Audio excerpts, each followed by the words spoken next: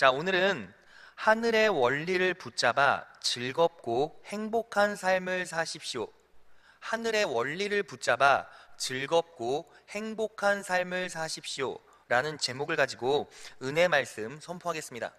여러분, 우리가 예수를 만나기 전에는 우리는 이 땅에서 태어나 이 땅에서 텃밭을 일구고 터전을 만들며 살아가는 것이 너무나 당연하다라고 생각했어요. 그런데 예수를 영접한 이후에는 우리의 삶은 완벽하게 전환됩니다. 우리의 자리는, 우리의 터전은 이 땅에 있는 것이 아니라 하늘나라에 있어요. 천국에 있다는 거죠. 그래서 이 부분에 대해서 바울은 에베소서 2장 5절에서 6절에 이렇게 말합니다. 범죄로 죽은 우리를 그리스도와 함께 살려주셨습니다. 여러분은 은혜로 구원을 얻었습니다. 하나님께서 그리스도 예수 안에서 우리를 그분과 함께 살리시고 하늘에 함께 앉게 하셨습니다. 여러분, 지금 이 순간 여러분들의 자리는 어디입니까? 바로 하늘이죠. 우리의 터전이, 우리의 자리가 하늘에 있다는 것은 우리의 시민권이 결국 어디에 있다는 거예요? 하늘에 있다는 거죠. 그래서 빌립보서 3장 20절 상반절에 이렇게 나와 있어요. 그러나 우리의 시민권은 하늘에 있습니다. 우리의 시민권은 하늘에 있습니다. 여러분, 이게 왜 그렇게 중요합니까? 그리스도인은 이제 어떤 위치와 어떤 자격을 갖추었습니까? 천국의 시민권을 가진 자예요. 천국의 시민권을 가진 자의 은혜, 특징은 무엇입니까? 더 이상 세상의 원리나 법칙에 기인해서 살지 않아요. 세상의 통치로 살아가는 것이 아니라 하나님의 은혜, 하늘의 법, 하늘의 원리로 살아가게 됩니다. 여러분, 이 시대를 살아가는 많은 사람들이 궁극적으로 바라는 게 뭐죠? 즐겁고 행복하게 살아가는 거예요. 이 자리에 즐겁고 행복하게 살기 싫은 사람이 누가 있겠습니까? 누구나 다 즐겁고 행복한 삶을 살고 싶어요. 그런데 세상 사람들을 보세요. 아무리 즐겁고 행복하게 살려고 사력을 다하고 땀을 흘리고 직장에서 일하지만 그들의 삶에는 진정한 기쁨과 행복이 있습니까? 아니요. 파편적이고 편협하다는 거죠. 그런데 우리 그리스도인은 어때요? 하나님의 자녀고 천국 백성입니다. 천국의 시민권을 가졌어요. 이제 세상의 방법이나 원리로 살아가는 것이 아니라 하늘의 원리로 살아갑니다. 그 하늘의 원리를 우리 인생 가운데 접목시키고 적용하면 우리는 약속대로 행복을, 기쁨을 소유할 수 있게 됩니다. 오늘 본문 말씀이 그것을 분명히 말해주고 있어요. 오늘 본문 말씀 베드로전서 3장 10절을 쉬운 성경에 보면 이렇게 나와 있어요. 성경에도 이렇게 기록되어 있습니다. 행복한 나날을 보내며 인생을 즐겁게 살기 원하는 사람은 이렇게 살아야 합니다 라고 나와 있어요. 여러분, 우리는 행복한 나날을 보내며 즐거운 삶을 살아갈 수 있습니다. 하나님께서 여러분들에게 은혜를 베풀어 주셨고 우리가 가질 수 있는 권리자 특권이에요.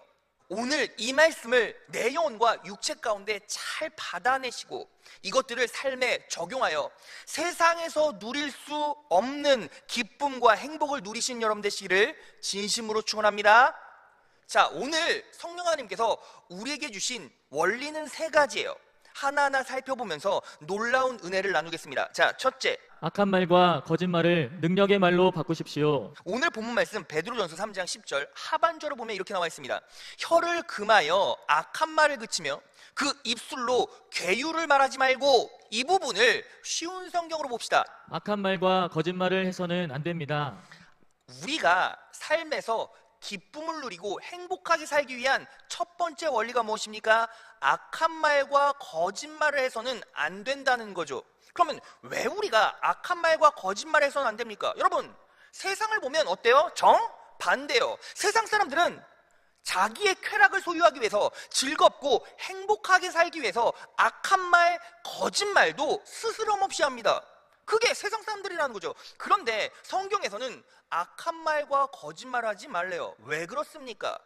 여러분, 결국 내 말은 씨가 됩니다. 말이 씨가 됩니다. 그리고 우리는 심는 대로 거두게 됩니다. 이건 세상의 원리가 아니라 성경의 원리예요. 갈라디아서 6장 7절을 보겠습니다.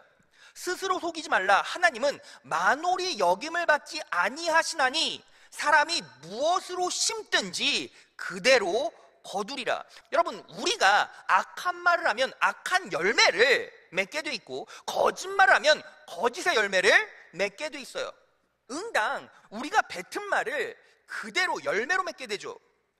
자, 그러면 우리가 악한 열매가 아니라 은혜의 열매를 맺기 위해선 우리는 어떤 말을 해야 합니까? 착한 말, 선한 말, 좋은 말을 해야 합니까? 성경은 그렇게 말하지 않고 있어요. 자, 이 답을 우리가 알기 위해서는 예수님의 음성을 빌려봅시다. 예수님께서 누가복음 8장에 씨 뿌리는 비유를 하셨어요. 그 장면 가운데 놀라운 인사이트, 힌트가 있습니다. 누가복음 8장 5절 보면 씨를 뿌리는 자가 그 씨를 뿌리러 나가서 뿌릴새, 이렇게 시작된 비유가 11절 결론으로 나옵니다. 이 비유는 이러하니라. 씨는 하나님의 말씀이요, 말이 씨가 됩니다. 그리고 그 씨는 열매를 맺게 되죠. 우리가 가장 놀라운 축복과 능력의 열매를 맺기 위해선 하나님의 말씀을 우리 입술 가운데 뿌려야 한다는 거죠. 이게 너무너무 중요합니다. 자, 이것에 대한 예화를 하나 제가 들어볼게요. 저희 어머니가 원로 목사님 사모님이 쓰신 책 중에 기적의 마스터키 기도라는 책이 있어요. 이 책의 한 챕터를 제가 여러분들에게 소개해드리겠습니다. 이 챕터의 제목은 정신질환을 이겨낸 사람이라는 챕터예요. 인천에 사는 고등학교 3학년 C군에게서 급한 기도 요청이 들어왔다. 그는 정신질환을 앓고 있었다. 나는 환자가 있는 곳으로 한 걸음 달려가 기도해 주었다. 기도하면 열흘 정도는 괜찮은데 시간이 지나면 또 발작해서 집안 식구들을 못 견디게 만든다고 했다. 그래서 그때마다 달려가 기도를 드렸다. 그 뒤 완전히 치료가 되어 안심했으나 가족들은 열흘이 지나자 또 신방을 와달라고 부탁하였다. 우리 집은 태능이어서 인천을 자주 다니기가 쉽지 않았다. 그래서 기도하던 중 마음에 감동이 와서 그에게 다음과 같은 성경 말씀을 붓으로 써주면서 기도해주고 자기 방에 붙여놓고 외우라고 했다. 두려워 말라, 내가 너와 함께함이라. 놀라지 말라, 나는 내 하나님이 됨이라. 내가 너를 굳세게 하리라. 참으로 너를 도와주리라. 참으로 나의 의로운 오른손으로 너를 붙들리라. 그 말씀을 다 외우면 떼어내고 또 다른 은혜의 말씀을 붙여서 외우기를 반복하는 동안에 병은 치료되었다. 불안하고 초조할 때는 이 말씀을 외우면서 기도하라고 권면하면서 나보다 하나님의 말씀을 붙들라고 말했다. 그는 말씀의 은혜 속에 잠기며 꾸준히 인내한 결과 성경 말씀 40절을 외웠고 몸도 마음도 아주 건강해졌다. 그 학생이 새 사람 되어 열심히 공부하는 모습을 보면서 얼마나 감사한지 모른다. 좋은 결실을 맺게 하신 하나님께 감사드린다. 여러분, 저는요 분명히 기억합니다. 제가요 고등학교 1학년 때 이 지체를 처음 만났어요. 저랑 동갑내기였습니다. 그런데 이 형제는 정신질환이 있었어요. 갑자기 말하다가 감정의 기복이 너무 심해서 갑자기 울기도 하고 갑자기 웃기도 하고 갑자기 공격적으로 소리를 지르기도 했습니다. 그리고 갑자기 거품 물고 쓰러질 때도 있었죠. 이렇게 정신질환이 너무너무 심해서 그 영혼과 육신을 그 정신질환이 지배하고 있었어요. 그때 사모님께서 기도를 하고 그리고 성령 하나님께 응답을 받았어요. 말씀을 글로 써서 그 지체에게 주고 말씀을 암기하게 했습니다. 이렇게 말씀을 입술로 쏟아내고 말씀을 입술로 쏟아내고 말씀을 입술로 쏟아내고, 그런데 놀랍게도 점점 육체와 영혼이 회복되기 시작했어요. 그리고 나서 49절 한 구절을 암기하고 쏟아내면 다음 구절을 또 써서 주고, 이렇게 49절을 연속적으로 암기하는 수준에 이르렀죠. 그런데 놀라운 사실은 그렇게 말씀을 암기하고 고백하고 쏟아내는데 그 영혼이 맑아지고 그 육체가 치료되었어요. 완벽하게 깨끗하게 치료되었습니다. 여러분, 우리에게는 능력이 없지만 말씀에는 능력이 있습니다. 믿으십니까? 여러분, 우리는 힘들고 어려울 때 뭐 해야 합니까? 말씀을 암기하고 말씀을 입술로 쏟아내는 거예요. 말씀의 씨를 뿌리세요. 여러분들의 육체에 뿌리시고, 여러분들의 마음에 뿌리시고, 여러분들의 인생에 뿌리세요. 그럴 때 하나님의 놀라운 은혜가 여러분들의 삶 가운데 임하게 될 것입니다. 믿으십니까? 자, 여러분, 이러한 코로나 사태에 제가 여러분들에게 말씀 하나를 소개시켜 드릴게요. 오늘부터 다음 한 주간 이 말씀을 붙잡고 사십시오. 이 말씀을 씨앗 삼아 입술에 뿌려내십시오. 자, 시편 91편 6절에서 7절입니다. 성령 하나님의 음성입니다. 흑암을 틈타서 퍼지는 연병과, 여기서 연병은 정확하게 전염병이에요. 흑암을 틈타서 퍼지는 전염병과 백주에 덮치는 재앙도 두려워하지 말아라. 내 왼쪽에서 1000명이 넘어지고 내 오른쪽에서 10,000명이 쓰러져도 내게는 재앙이 가까이 오지 못할 것이다. 이 말씀을 삶에 적용하십시오.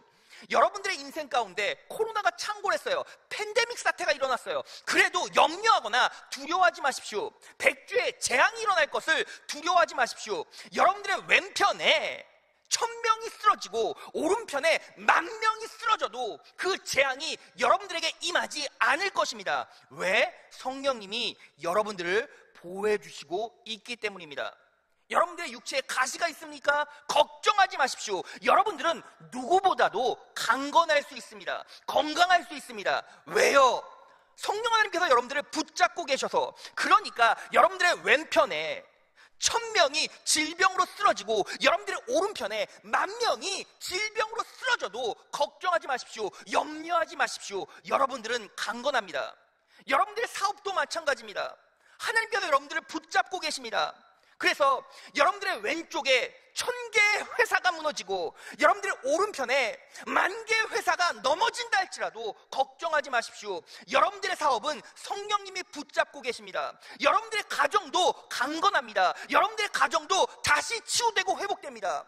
왜요? 성령님께서 여러분들을 붙잡고 계시기 때문입니다. 여러분들의 왼편에 1000가정이 넘어지고 여러분들의 오른편에 10,000가정이 무너져도 절대로 여러분들의 가정은 무너지지 않습니다. 왜? 성령님이 여러분들을 붙잡고 계시기 때문입니다. 믿으십니까? 여러분, 이 말씀을요, 씨앗으로 내 자신에게 뿌리십시오. 내 영혼에 뿌리십시오. 내 아내에게 뿌리십시오. 내 엄마에게 뿌리십시오. 내 자녀에게 뿌리십시오. 내 형제에게 뿌리십시오. 내 사업에 뿌리십시오. 놀라운 은혜가 여러분들의 인생 가운데 임할 것입니다. 말씀을 내 영혼에 동력으로 붙잡고 지속적으로 뿌려내십시오. 그러면 말씀이 역사하기 시작하고 말씀이 여러분들을 일으키기 시작합니다. 그래서 그 안에 놀라운 기쁨과 행복이 열매로 맺혀질 것입니다. 이렇게 악한 말이나 거짓말로 인생 살지 마시고 능력의 말로 바꿔내셔서 하나님의 놀라운 은혜를 소유하고 행복과 기쁨을 믿음으로 취하는 여러분 되시기를 진심으로 축원합니다. 자, 둘째, 선을 행하십시오. 자, 선을 행하라는 거예요. 오늘 본문 말씀 베드로전서 3장 11절 상반절을 보겠습니다. 악에서 떠나 선을 행하고, 여러분 직관적으로 선을 행하라 라고 말씀하세요. 그러면 여러분, 선을 행한다는 게 무슨 뜻입니까? 착한 일 해라, 좋은 일 해라 라는 뜻입니까?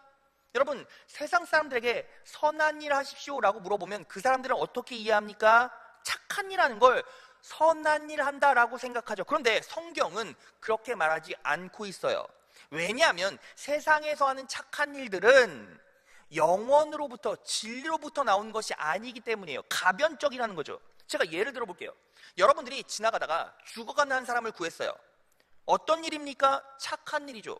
그런데 살려놓고 보니까 그 사람이 연쇄 살인범이었어요. 그래서 일어나자마자 바로 사람들을 죽이기 시작해서 수십 명을 죽였습니다. 그러면 여러분들이 그 사람을 구한 일이 착한 일이 됩니까? 나쁜 일이 됩니까? 의도는 선했으나 결국 열매는 악한 일이 돼버렸죠.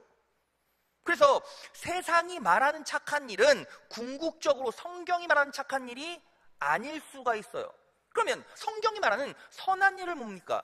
자, 그 힌트를 우리는 마가복음에서 찾을 수 있어요. 마가복음 10장 18절입니다. 예수께서 이르시되 내가 어찌하여 나를 선하다 일컫느냐. 하나님 한 분 외에는 선한 이가 없느니라. 하나님 한 분 외에는 선한 이가 없습니다. 하나님만이 선하십니다. 하나님만이 선하십니다. 하나님만이 선하십니다. 그러면 결국 선한 일은 뭐예요? 하나님의 일이겠죠. 여러분, 그래서 선한 일을 행하라 라는 말은 하나님의 일을 하라 그 뜻입니다. 여러분, 그러면 다시 한번 생각해 볼까요? 목사님, 그런데 왜 하나님의 일을 하는 게 인생의 즐거움과 행복과 무슨 상관이 있습니까? 내 주어진 자리에서 사명 감당하는 게 왜 인생을 즐겁고 행복하게 만듭니까? 여러분, 하나님께서 인간을 창조하셨을 때 인간을 어떻게 창조하셨냐면 그 인생에서 목표 의식을 가지고 목표를 설정하고 목표를 이뤄내는 것 속에서 즐거움과 행복을 누리게 만드셨어요. 여러분, 태초에 하나님이 아담과 하와를 창조하셨죠.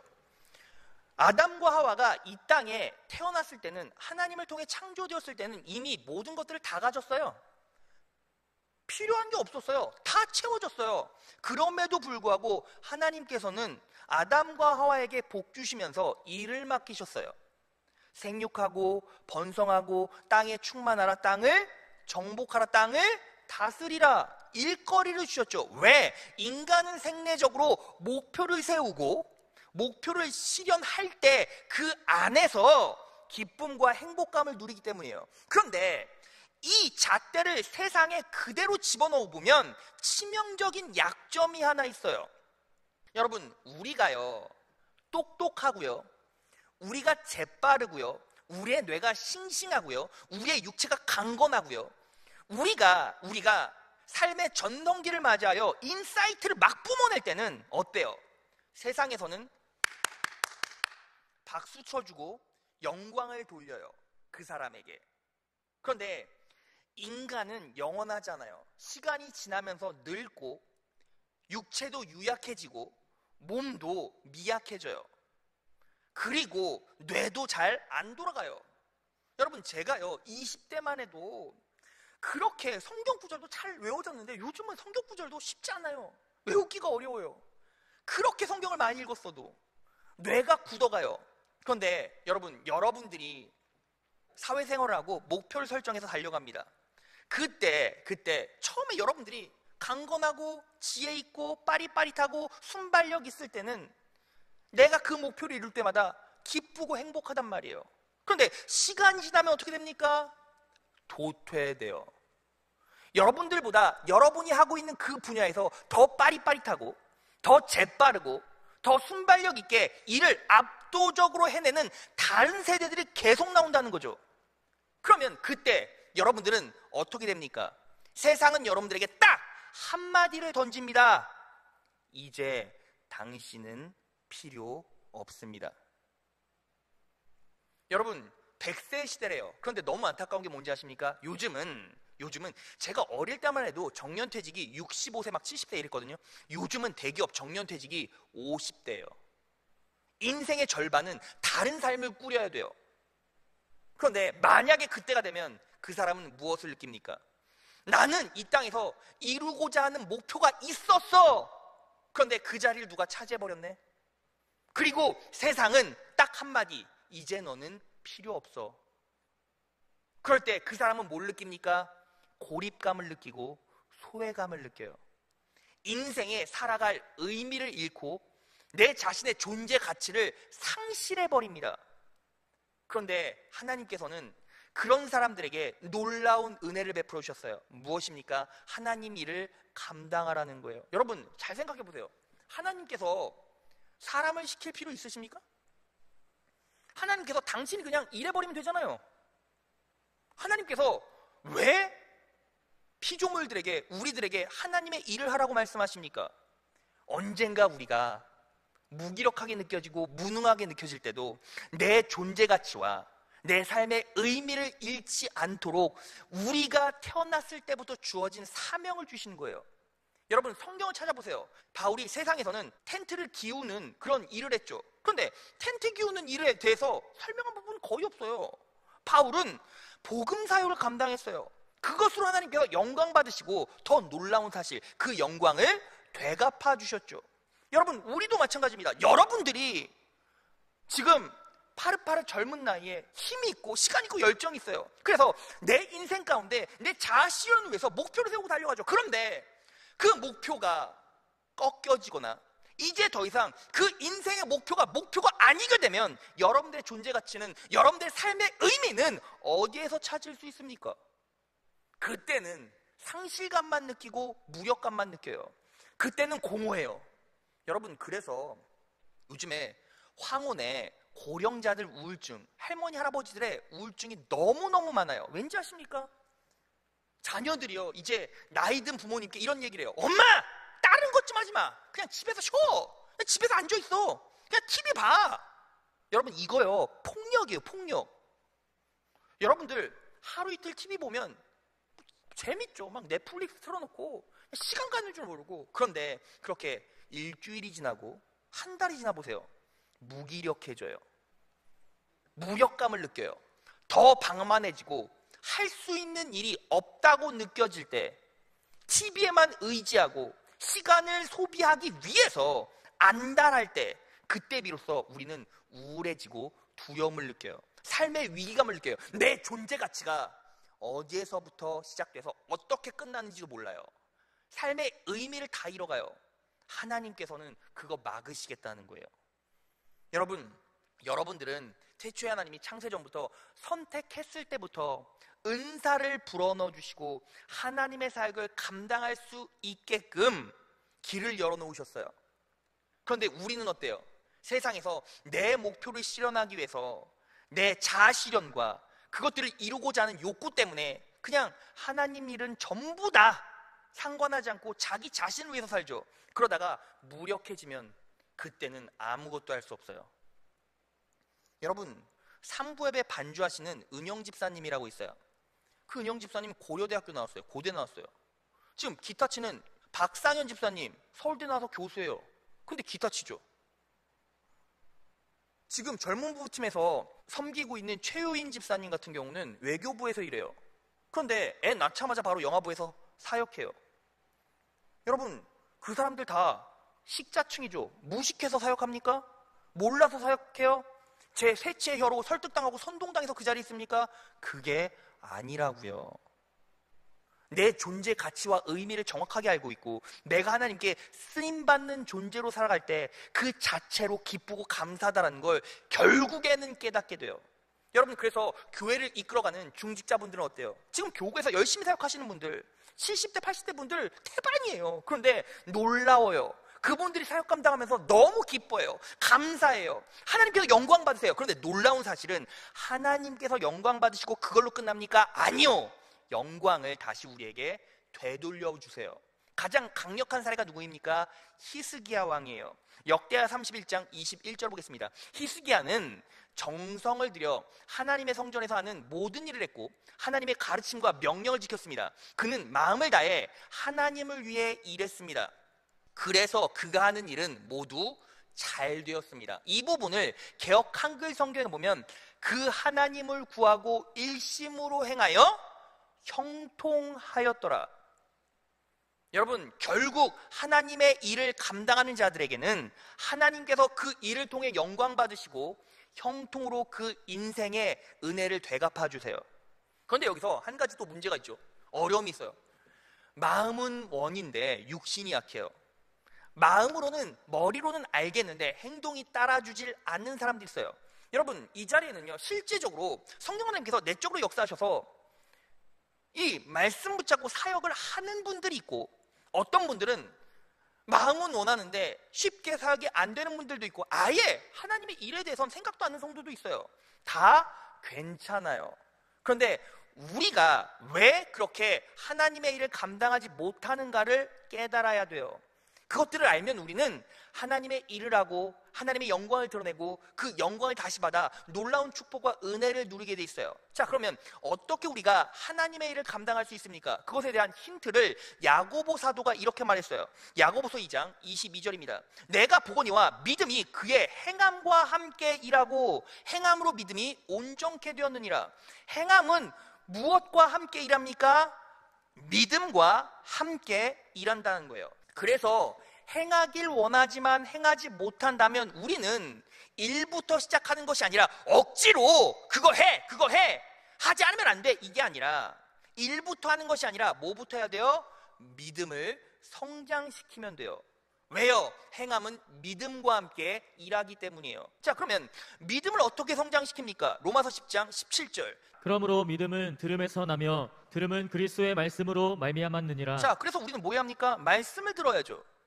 그래서 우리가 무엇에 목숨을 걸어야 합니까? 예배 목숨을 걸어야죠. 이 모든 것들은 유기적으로 얽혀 있어요. 여러분들의 형통도, 여러분들의 기쁨도, 여러분들의 행복도, 여러분들의 즐거움도 전부 다 파편적인 것이 아니라 유기적으로 다 연결이 되어 있다고요. 그러니까 제가 여러분들에게 예배의 목숨을 겁시다, 말씀을 들읍시다, 어떻게든 말씀 붙잡고 살아갑시다, 예배의 목숨을 겁시다, 왜 그렇게 강조합니까? 이유는 하나예요. 말씀을 들어야 믿음이 성장하고 믿음이 성장해야 행할 수 있는 동기부여가 돼요. 선한 일을 할 수 있는 능력을 성령 하나님으로부터 공급받기 때문입니다. 여러분, 무엇이 본질이고 비본질이고, 무엇이 진리고 비진리고, 무엇이 영원히 남고 무엇이 일시적인지를 확인하세요. 즐거움과 행복은 가변적이고 일시적인 것에 있지 않습니다. 영원한 것에 있습니다. 여러분, 지금 영적으로 동기부여가 되지 않았다 해도 괜찮습니다. 믿음을 성장시키십시오. 말씀을 공급받으십시오. 말씀으로 살아가십시오.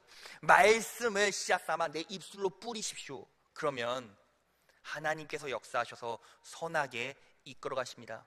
그렇게 반응하셔서 내 영혼이 즐겁고 행복한 인생을 살아가신 여러분 되시기를 진심으로 축원합니다. 자, 마지막이에요. 셋째, 화평을 소유하기 위해서 화평을 쫓으십시오.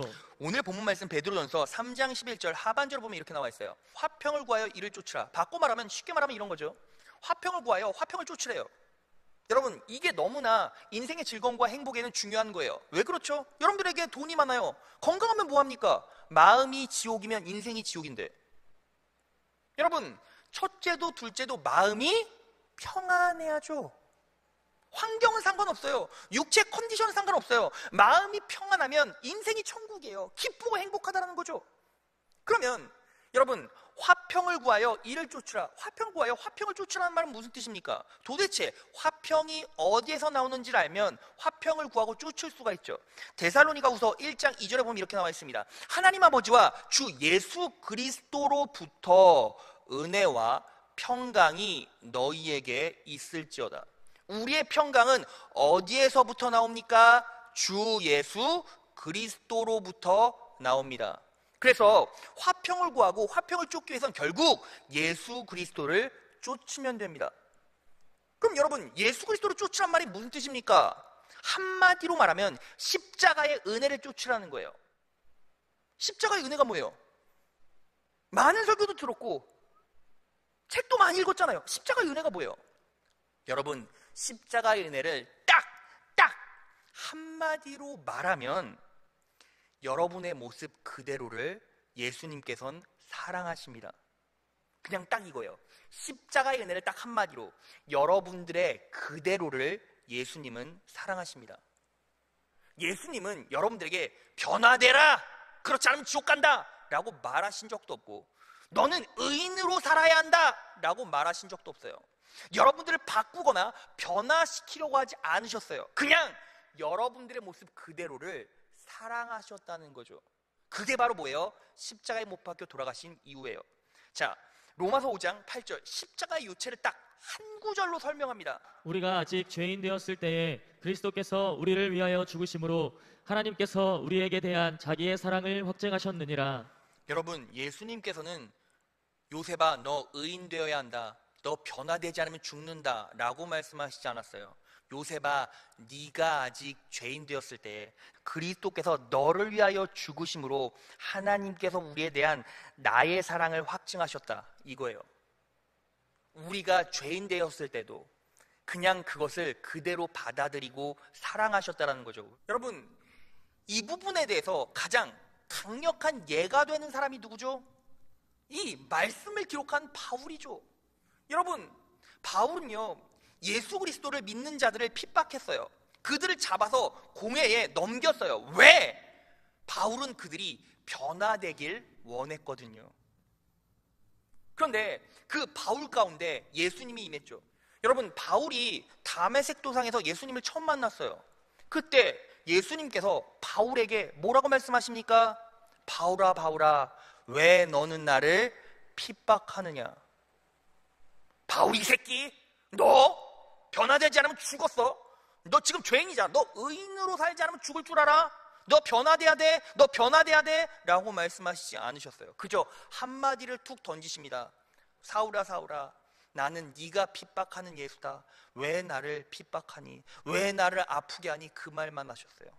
그리고 나서 무조건적인 불강력적인 은혜를 부어주십니다. 세 가지 은혜가 바울에게 임했어요. 자, 그 세 가지 은혜가 무엇입니까? 사도행전 9장 17에서 19절이에요.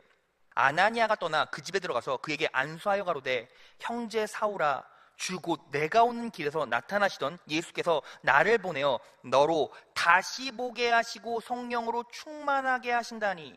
다시 보게 하시고 성령으로 충만하게 하신다니. 예수님께서 바울에게 주신 첫 번째 은혜는 성령 충만이에요. 그리고 18절, 즉시 사울의 눈에서 비늘 같은 것이 벗겨져 다시 보게 된지라. 육체 회복이죠. 예수님께서 바울 앞에 처음 현현하셨을 때 그 예수 그리스도의 압도적인 영광의 빛 때문에 바울은 눈이 멀었어요. 그런데 성령 충만하게 되고 두 번째 은혜가 바울에게 임했죠.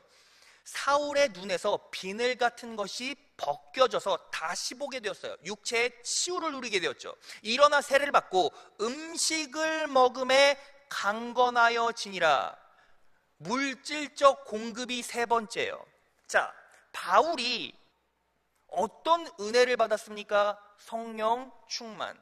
모든 은혜의 기초는 뭐예요? 성령 충만이에요. 모든 기적의 기초는 뭐예요? 성령 충만이에요. 성령 충만을 받았고 육체의 치유를 누렸고 그리고 공급을 받았어요. 그런데 그 성령 충만은 결국 무엇을 예표합니까?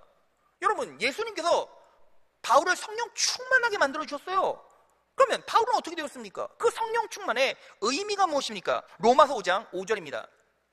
소망이 부끄럽게 아니함은 우리에게 주신 성령으로 말미암아 하나님의 사랑이 우리 마음에 부은 바 됨이니. 성령 충만한 바울은 무엇을 절대적으로 인식했다는 거예요? 하나님의 사랑을 인식했다는 거죠. 바울이 성령 충만해졌다는 건 하나님의 사랑이 바울에게 부어졌다는 것이고 바울은 그것을 인식했다는 거예요. 그래서 성령 충만은 무엇입니까? 예수님을 더더욱 사랑하는 상태가 되어지는 거죠. 예수님의 사랑을 지속적으로 공급받는 상태가 되는 거예요. 내 영혼과 육신이 지속적인 예수 그리스도의 사랑을 공급받는다는 거죠. 그럴 때 육체의 치유도 일어나고 환경의 공급도 이루어져요. 여러분 보세요. 우리가 왜 평안할 수 있습니까? 내 모습 그대로를 예수님께서 사랑해 주시고 받아주셨기 때문이죠.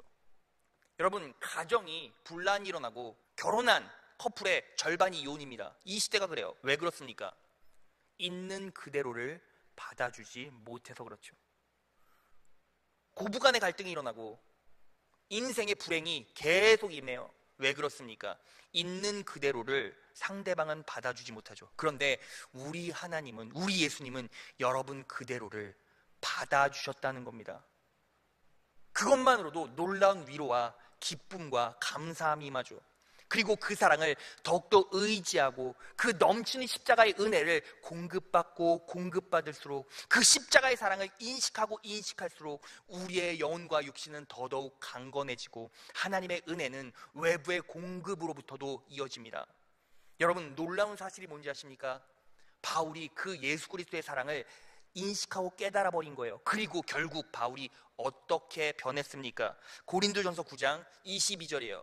약한 자들에게는 내가 약한 자와 같이 된 것은 약한 자들을 얻고자 함이요 여러 사람에게 내가 여러 모양이 된 것은 아무쪼록 몇몇 사람들을 구원코자 함이니. 바울은 상대방을 변화시키려고 했습니다. 그래서 그리스도인들을 잡아서 죽일 듯이 핍박하고 공에 넘겼죠.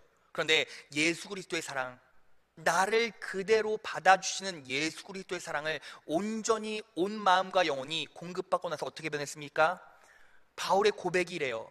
약한 자들에게는 내가 약한 자와 같이 된 것은 약한 자들을 얻고자 함이요 여러 사람에게 내가 여러 모양이 된 것은. 이제 바울이 어떻게 변했습니까? 상대방을 있는 그대로 사랑하기 시작했다는 거죠.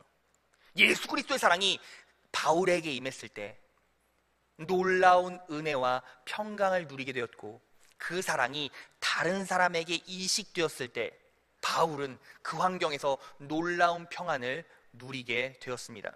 말씀 정리해 보겠습니다. 여러분, 이 땅에 살아가는 모든 사람들은 즐겁고 행복한 삶을 바라요. 그래서 열심히 치열하게 땀을 흘리고 눈물을 흘리고 목표를 설정해서 자아실현을 이루려고 합니다.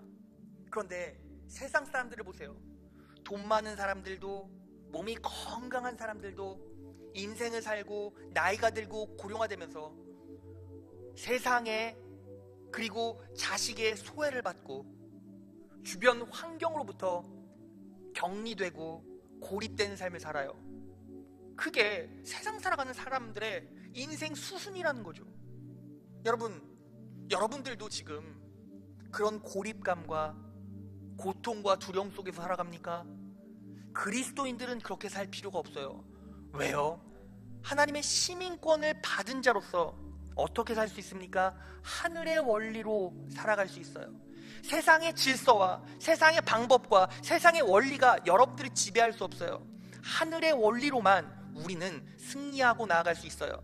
어떻게 우리가 하늘의 원리를 붙잡고 승리할 수 있습니까? 행복할 수 있습니까? 즐거울 수 있습니까? 먼저 내 입술을 고쳐내세요. 악한 말, 거짓말로 반응하지 마시고 하나님의 말씀을 입술로 뿌려나가세요. 계속 그 말씀이 내 귀에 들리고 내 마음에 새겨질 때까지, 내 말이 내 자녀들에게 새겨질 때까지 착한 말이 아니라 하나님의 말씀을 뿌리세요. 그럴 때 놀라운 하나님의 은혜와 형통이 여러분들의 인생 가운데 임하게 되고, 그리고 우리는 행복하고 기쁨, 즐거운 삶을 살아가게 됩니다.